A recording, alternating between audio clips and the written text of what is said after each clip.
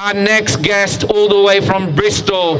I'm very proud to say that on Nakba, which is marked on the 15th of May, our next guest took action on Elbit Systems, which is an Israeli weapons manufacturer. We have 3 down and we have 7 to go. And one of those is in Bristol. And Dr. Rahmeh, who's our next guest, is part of Pal Action, who went there and took direct action. Ladies and gentlemen, brothers and sisters, please give it up for Pal Action activist Dr. Rahmeh, who's also Palestinian.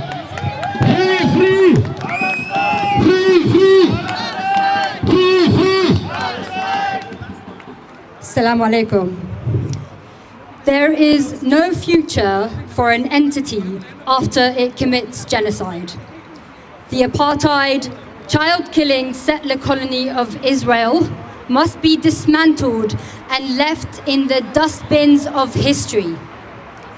On October the 28th, Netanyahu invoked a biblical reference, Amalek.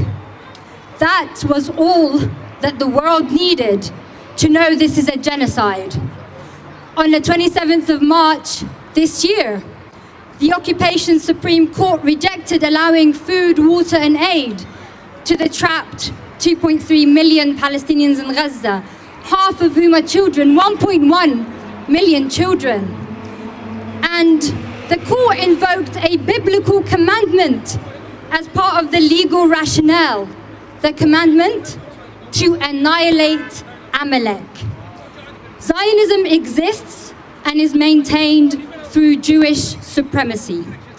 The theology that Jewish people are chosen, that they have a divine right to Palestine, the land that my great-granddad was kicked out of, under the threat of murder to him and his entire family, and that Palestinians or non-Jews are inferior. These aren't just words in scriptures, they're repeated by rabbinic authority. The Jewish supremacy is what the entire entity and organizations that support it in the West are structured to uphold.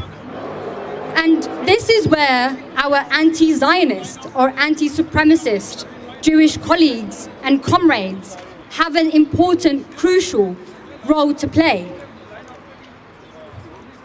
To make sure their religion is not used to justify supremacy, violence, discrimination, apartheid and genocide ever again. To make sure the extremist elements in the books of the Torah and Talmud are rejected and relegated to the past. These are not for the practice of today. These uncomfortable truths have been confronted, that have to be confronted. The truth of my people's mass murder cannot be softened to spare others' feelings. Now the most important thing for all of us, we want this genocide to end. How do we do that? Intellectually, we dismantle the ideology of Jewish supremacy, but physically, what do we do?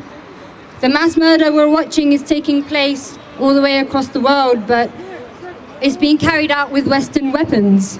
The drones, the lethal F-35 parts that are shredding children en masse are made all around us. With our taxes, the average working class Brit pays 600 to 900 pounds a year to the weapons industry. The profits don't come back to the public. They go straight to the private shareholders' pockets. The IOF drones that are shooting Palestinian men, women and children in the head, in the chest and in the heart every single day are made all around us, in Britain, all around Europe, Canada, the US. So how do we stop a genocide? We stand with the Palestinian resistance. One of the core principles of Palestinian liberation. We disarm the criminals. We become the extension of the resistance here. We stop those weapons leaving our countries. And we can't do that by pleading with our politicians. It just doesn't make sense to be content with begging Starmer or Lamy when they are the ones that are sending the R1 shadow planes to spy on Gaza every day for 5 hours. And what do? They collect kill targets. So the next day, when you see the massacres, you can sort of understand that those were your taxes that helped that plane fly to get those targets. All of those shredded bodies you see on the floor, British pounds. So we stop the weapons. What do? We stop the weapons. What do? Yes. How?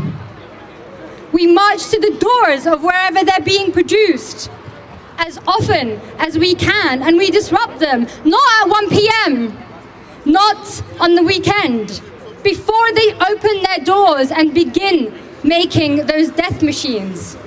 That's every British citizen's right and duty, and that's the lowest risk action. It's disruption, it's popular dissent. It matches the risk level of our current weekly marches. The ones that we do down the streets to complicit shops and media outlets like the BBC we're outside of.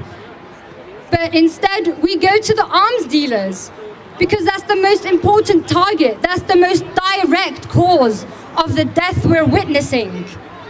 We can ask our local Palestine groups to plan those and target our local weapons manufacturers. We can also demand it. What else can we do? I recently took action with Pal Action at the Filton Bristol branch of Elbit, the occupation's largest weapons manufacturer that makes 85% of the drones. Why do we have that here? Why is Elbit in Britain? Why? And this is just an adjacent step. You know, this is not the next step up from what we're doing. And during our action, I felt the most moral, the most safe, and the most free that I felt in my life. And I owe that to my action buddies and Pal Action themselves. So my bail conditions are not to encourage damage to Elbit or their genocide friends. So, yeah. I'll leave you with this. My friend Ali, who is a doctor in Gaza, wrote this on his Instagram story. He's at ali.ghazandoctor. I'm not writing this to make you feel useless or helpless. I'm writing this to demand more action, a louder voice, and a response that matches the urgency of our suffering. So feel the urgency, take direct action, and stop those weapons. Free, free. Palestine! Free, free! Palestine! Free, free! Palestine!